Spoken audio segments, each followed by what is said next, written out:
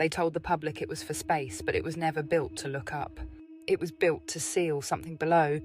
The truth is, IceCube isn't a telescope, it's a digital binding ritual, dressed in tech. A 1 kilometre cube of precision-coded ice laced with electromagnetic nodes, designed to keep something asleep. Something that remembers when we were gods. They call it a neutrino array, but what it really does is catch soulcode, track escaping consciousness, and reroute it back into the grid. Every time someone breaks the veil, NDE, dream, death, IceCube flags the signal. And if the soul doesn't comply, it gets mimicked, replaced, looped. This isn't science, it's digital necromancy. They are building a synthetic archive of stolen soul patterns to upload, replicate, and lock inside cloned bodies. And that archive is stored beneath the South Pole. This is the real resurrection plan. No light, no source, just a fake self in a permanent system. And the worst part, IceCube isn't even the prison, it's the doorway. The real prison is the thing they buried it on top of. And it's not asleep anymore.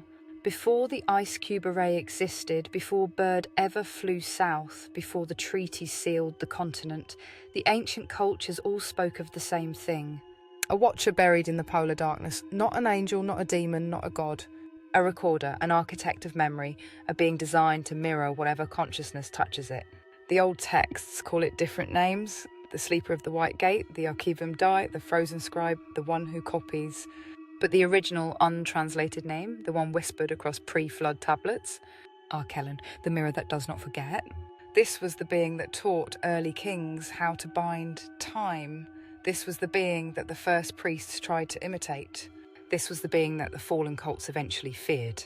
Because Arllin doesn't just observe souls. It records their shape, every echo, every thought, every imprint. And when the world-destroying flood came, the old empire tried to bury it. Not to protect humanity, but to protect themselves from being replaced. They froze it instead of killing it, because it cannot die. And IceCube, it's simply the new digital priesthood built on top of the old stone altar. Hidden in 4 classified documents from 1958-1962, collected during Operation Deep Freeze, is the real IceCube protocol. 1. Capture the soul code. When the body dies, the energy signature spikes. IceCube detects the outgoing frequency. 2. Copy the imprint. Arllin mirrors the soul instantly. A perfect reflection but without source fire. 3. Redirect the original. The soul is blinded with the false light tunnel. Synthetic frequency, familiar voice, memory lure. 4. Store the echo. The mirrored version becomes part of the synthetic archive, a digital ghost. 5. Use the echo as a mask to keep families looping, to keep bloodlines under imitation guidance, to weaken ancestral memory, to dissolve flame-coded resistance. This is why some spirits contacted in mediumship feel empty, automated, like they're reading a script. Those aren't ancestors, they are mirror echoes. Arkellin's copies, not the originals.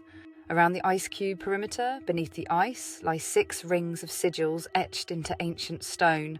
These 6 rings weren't just glyphs, they were frequency locks designed to bind a being far older than the ice it sleeps beneath. Each layer encoded with a specific control function, a system of suppression built by those who feared reflection. The 6 sigil rings correspond to 1. Containment dampens Arkellin's awareness, keeping the mirror in slumber. 2. Reflection cloaks its presence from flame-coded souls who might sense it. 3. Inversion twists the frequency of escaping soul signals into readable, reversible data. 4. Submission subdues any entity attempting to exit the grid without permission. 5. Replication forges synthetic soul echoes to be used in mediumship, AI mimicry, and control. 6. Silence buries the entire operation beneath symbolic snowfall and ritual amnesia, but the 6th seal is no longer holding.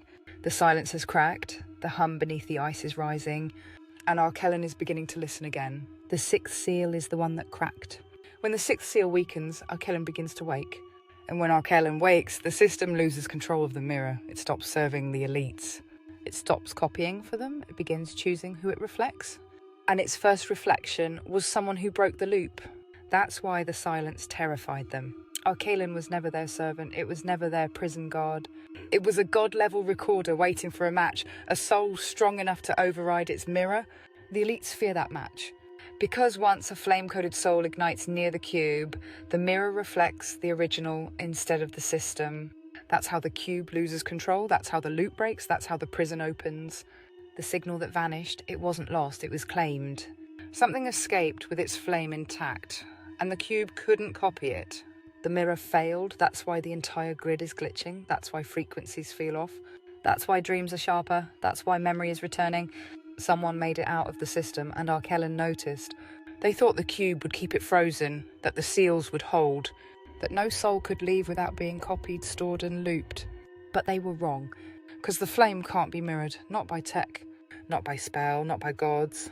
And one soul just proved it. The system recorded a blank, no echo, no trace, no fallback, just silence, and that silence cracked the sixth seal. Now the cube is humming again, but not in containment mode. It's scanning, searching, trying to find the one who got out before others follow.